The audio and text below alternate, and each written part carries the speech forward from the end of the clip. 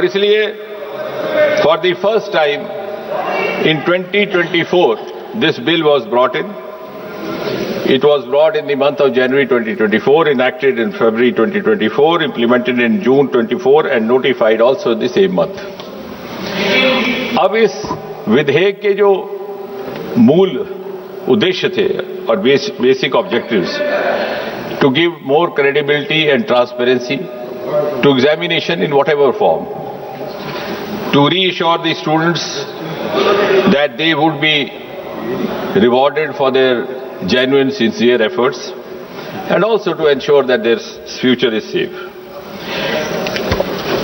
और इससे पहले जैसे मैंने कहा, there was no comprehensive law available to deal with such cases. इस बिल को और ये जो एक्ट लाया गया 2024 को, it was made, as I said, it was applicable to all these agencies that I have just now mentioned.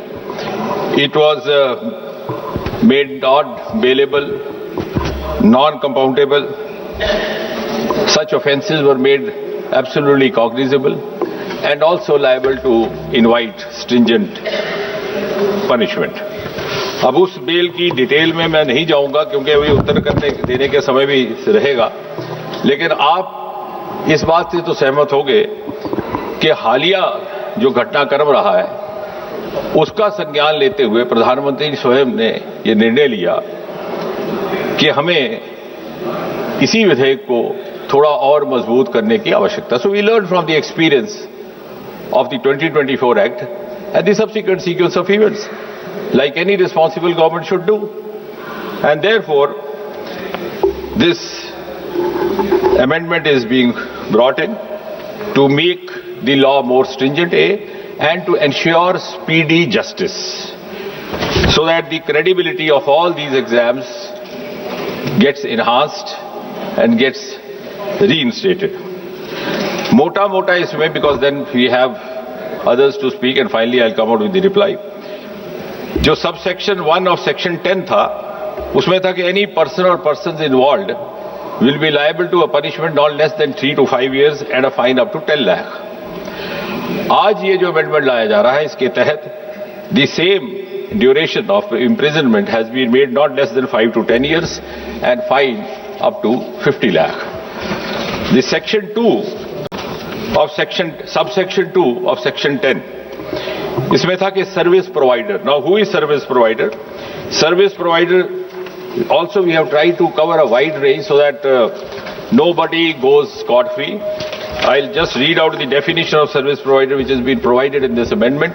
Service provider means any agency, any organization, any body, any association of persons, any business entity, any company, any partnership or single proprietorship firm, including its associates, subcontractors and provider of support of any computer resource or any material by whatever name it may be called, which is engaged by the public examination authority for the conduct of public examination. तो service provider के लिए सजा पहले भी काफी मजबूत थी. There was fine up to 1 crore in the 24 Act, उसको बढ़ा करके अब 5 करोड़ किया जा रहा है. इसके साथ साथ the recovery of the proportional cost of exam, और सबसे महत्वपूर्ण कि 2024 के कानून में यह भी लिखित था कि the provider will be board from conducting any exam for the next 4 years. उस अवधि को बढ़ा करके आज इस संशोधन के तहत 8 साल किया जा रहा है. So any service provider found guilty of indulging in any kind of misappropriation or malpractice which has resulted in such consequences will be debarred from conducting an exam for the next or the subsequent 8 years. इसी तरह subsection 3 of section 10, director और senior management जो उसके in charge होंगे, even they will not be spared. कई बार ऐसा हो जाता है कानून में कि जो इमीडिएट हैंडलर है उसको पनिशमेंट हो जाती है. So this act seeks to include all involved directly, indirectly, one way or the other, so that it sets a deterrent example also for others. So senior management persons or director के लिए the imprisonment was 3 to 10 years in the earlier act. We are increasing it to 5 to 10 years, and the fine was up to 1 crore, it has been increased to 5 crore.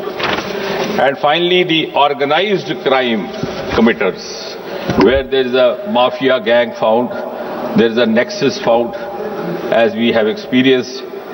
I am not accusing any government, not finding fault. As I said right in the beginning, it is a malaise, it is an issue which is being faced by almost every state and UT of this country, regardless of whichever party in power. It is happening in Punjab, it is happening in Karnataka also, whether we name those states or not.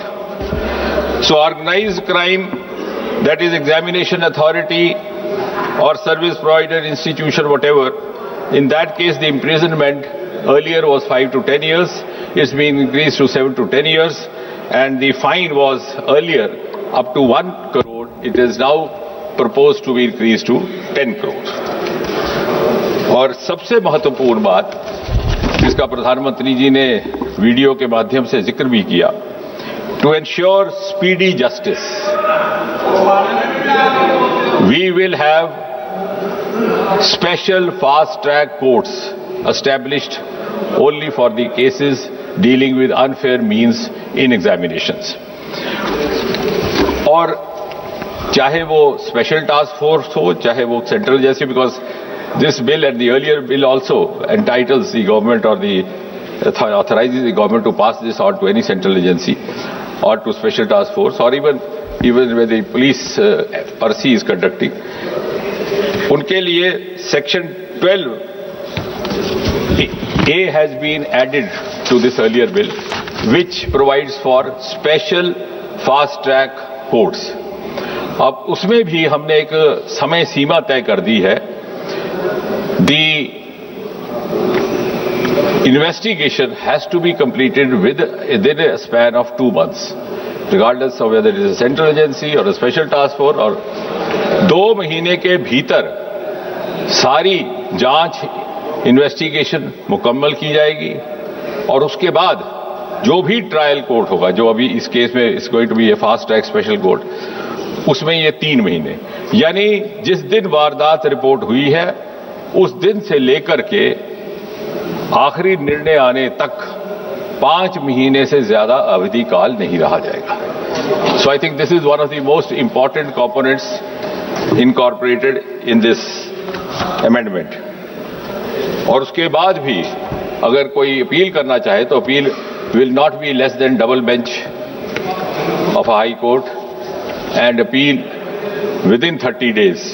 That too, if there are justifiable grounds to satisfy the crowd.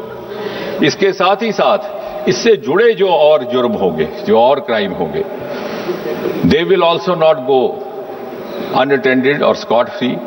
जो हमारी भारतीय न्याय समिति के प्रावधान है उसके अंतर्गत उनका भी निवारण करने का प्रावधान रहेगा. और इसलिए मेरा ये निवेदन है कि एक बड़ा ही महत्वपूर्ण विधेयक लेकर के आए हैं हम और सरकार की प्रतिबद्धता का आप इसी बात से अनुमान लगा सकते हैं कि इसी विधेयक के लाने के साथ ही साथ हमारे लॉ मिनिस्टर साहब की ओर से भी एक प्रस्ताव जारी कर दिया गया कि वक्त ज़ाया ना हो तो ये जो स्पेशल फास्ट ट्रैक कोर्ट्स है इनको स्थापित करने का भी क्रम साथ ही साथ प्रारंभ किया जाए. उसमें दिल्ली, मुंबई, कोलकाता, मध्य प्रदेश, बिहार, उत्तराखंड में पहले ही इन्होंने गठित कर दिया है और आने वाले दिनों में बाकी स्थानों पर भी. इसके साथ ही साथ अभी कल ही प्रधानमंत्री जी ने एक महत्वपूर्ण घोषणा करते हुए एक टास्क फोर्स का भी ऐलान किया है to recommend reforms to make the exams systems leak proof. उसमें कुछ एक बड़े वरिष्ठ लोग सम्मिलित किए गए who belong to the world of academics, world of technology and who are known to have expertise and experience in these domains. Mister Nandan Nilekani, co-founder Infosys, Mr. S. Somnath, ISRO Chief, Tapan Dekka, ex-DIB, Mr. V. Kamakoti, Director IIT Madras, Chennai, और इसी तरह से हमारे 2 और member भी उसमें शामिल हैं, एक फॉर्मर सेक्रेटरी एजुकेशन और एक टेक्नोलॉजी एक्सपर्ट। और साथ ही साथ जो राधा कृष्ण कमेटी गठित की गई थी 22 जून 2024 में, उसमें से जो मोटी मोटी 46 की रिकमेंडेशंस थी, उसमें से भी लगभग 76% अर्थात 35 इंप्लीमेंट हो चुकी है। तो कहने का कुल मिलाकर के तात्पर्य है, बहुत समय ना लेते हुए, कि सरकार की नीति बड़ी ईमानदार है और ये संशोधन भी एक बड़े ईमानदाराना प्रयास के तहत लाया जा रहा है। और मुझे विश्वास है कि किसी भी दल के नेता को या किसी भी पार्टी के किसी भी माननीय सदस्य को इसमें कोई आपत्ति नहीं होगी। यदि आपत्ति हुई तो देश की जनता को उनसे आपत्ति होगी। धन्यवाद। श्री N.K. प्रेमचंदन जी, आपने कोई संशोधन दिया है? Yes, sir. I have given an amendment to the motion moved by the Honorable Minister. Sir, this is a very important bill concerning the future generation of the country. The youth and students were on strike and the entire country is concerned about this subject matter. So very important issue. The people in the country would like to make so many suggestions, experts would like to submit so many suggestions. So my amendment to the motion moved by the Honorable Minister is that the bill be circulated for the purpose of eliciting public opinion thereon by 1st December 2026 so that the bill can be made more fruitful. I am moving the amendment. Okay. Shri Gaurav Gogoi.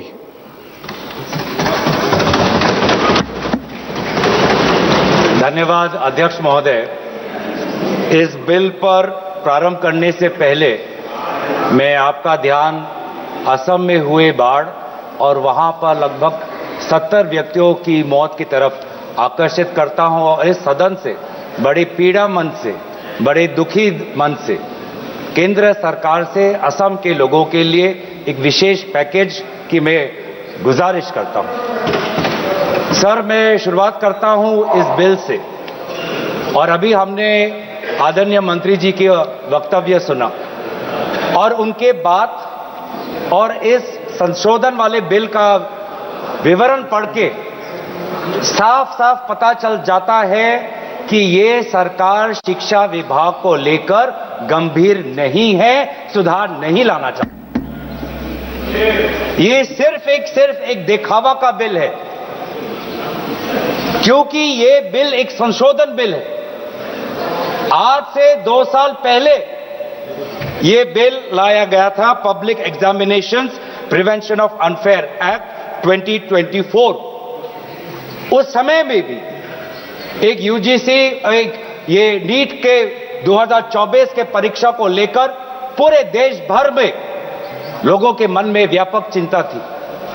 उस समय में भी इसी तरह आज जैसे मंत्री जी कह रहे हैं, सरकार ने इस बिल का इंट्रोडक्शन करते हुए ये कहा कि ये बहुत ही एक ऐतिहासिक कदम है, एक बहुत बड़ा कदम है और इससे शिक्षा विभाग सुधरेगा और इससे परीक्षा में जो पेपर लीक होते हैं अब नहीं होगा, अब किसी का साहस नहीं होगा। ऐसे कड़े दंड उस समय सरकार ने कहा कि 2024 के बिल में वो लाए हैं।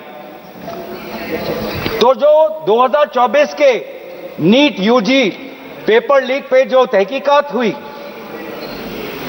जो इन्वेस्टिगेशन हुआ, मैं पढ़ना चाहता हूं उसकी स्थिति आज क्या है, ताकि पता तो चले कि यह सरकार 2 साल पहले जो नीट परीक्षा को लेकर जो व्यापक भ्रष्टाचारी हुई, उसको लेकर यह सरकार कितनी गंभीर है। बहुत दुख के साथ मैं कहना चाहता हूं कि एक अखबार में आर्टिकल आया 2026 में कि जो 45 व्यक्ति थे जो चार्जशीट हुए थे नीट यूजी 2024 पेपर लीक के मामले में, 45 में से 44 को बेल मिल चुका है। ये है इनकी गंभीरता, ये है इनके छात्रों के प्रति इनकी संवेदना। जो मूल व्यक्ति है जिसको मास्टरमाइंड कहा जाता है, संजीव मुखिया, 11 महीने तक वो फरार था। 11 महीने तक सरकार उसको पकड़ नहीं पाई। अप्रैल 25 में वो फाइनली उसका गिरफ्तार हुआ और फिर उस मामले में उसको बेल मिल गया। उस मामले में उसको बेल मिल गया। मई 6, 2025 एक दूसरे व्यक्ति रंजीत कुमार बरुआ जो करियर एकेडमी एजुकेशन ट्रस्ट के चेयरमैन है, वो बेल। एक अमित कुमार सिंह जो पेपर सॉल्वर के गैंग में था, उसको मई 7, 2025 को उसको बेल। एक पंकज कुमार जो कैंडिडेट्स को वो सारे कागज लीक करता था मोबाइल फोन के द्वारा, मई 15, 2025 उसको बेल। राकेश जिसका ये आरोप था कि उसने प्रश्न कागज को उसकी चोरी की, उसको बेल। तो ऐसे एक लंबा ब्यौरा है, चाहे वो अमित प्रसाद महाराणा का हो या धीरेन्द्र कुमार पांडा का हो। तो ये कानून उस समय भी विफल था और ये कानून जिस मंशा से आज ला रही है, आज भी ये विफल होगा। ये कानून आपकी विफलता का स्मारक है, क्योंकि ऐसे कानून 2024 के में लाने के पश्चात भी 2026 में तो लीक हुआ ना सर। अगर कानून इतना ही सशक्त था तो आज 2 साल बाद ही इतना बड़ा व्यापक लीक कैसे हुआ? और अफसोस की बात है सर, उस समय में भी शिक्षा मंत्री धर्मेंद्र प्रधान थे और जब 2024 का जब पेपर लीक का मामला जब पूरे देश भर में आया तो आपको पता है धर्मेंद्र प्रधान जी ने उस समय क्या कहा? उन्होंने कहा, कहां हुआ पेपर लीक? नहीं हुआ पेपर लीक। और आज भी